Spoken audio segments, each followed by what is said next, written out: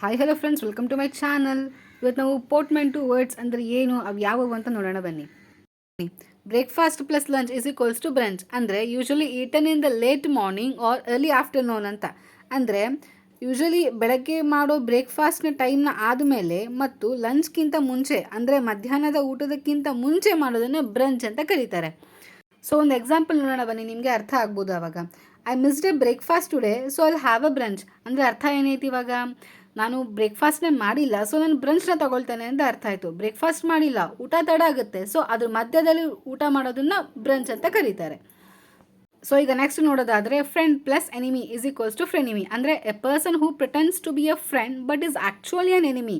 ಅಂದರೆ ಒಬ್ಬ ಫ್ರೆಂಡೇ ಬಟ್ ಆದರೆ ಎನಿಮಿ ಥರ ಆ್ಯಕ್ಟ್ ಮಾಡ್ತಾ ಇರ್ತಾರಲ್ವ, ಅಂಥವ್ರನ್ನ ಫ್ರೆನಿಮಿ ಅಂತ ಕರೀತಾರೆ. ಬನ್ನಿ ಈಗ ಒಂದು ಎಕ್ಸಾಂಪಲ್ ನೋಡೋಣ. The office is a full of frenemies ಅಂದರೆ ಆಫೀಸ್ ತುಂಬ ಬರೀ ಫ್ರೆನಿಮೀಸೇ ಇದ್ದಾರೆ ಅಂತ ಅರ್ಥ.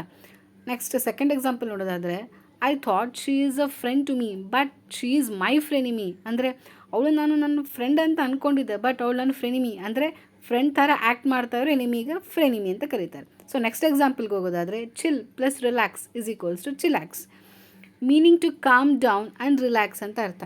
ಅಂದರೆ ಸಿಟ್ಟಿಗೊಳಗಾಗದೆ ಅಥವಾ ಕೋಪಕ್ಕೊಳಗಾಗದೆ ಶಾಂತವಾಗಿ ಆರಾಮವಾಗಿ ರಿಲ್ಯಾಕ್ಸ್ ಆಗೋದನ್ನು ಚಿಲ್ಯಾಕ್ಸ್ ಅಂತ ಕರೀತಾರೆ. ಸೊ ಒಂದು ಎಕ್ಸಾಂಪಲ್ ನೋಡೋದಾದರೆ he spend the weekend chillaxing at his beach house.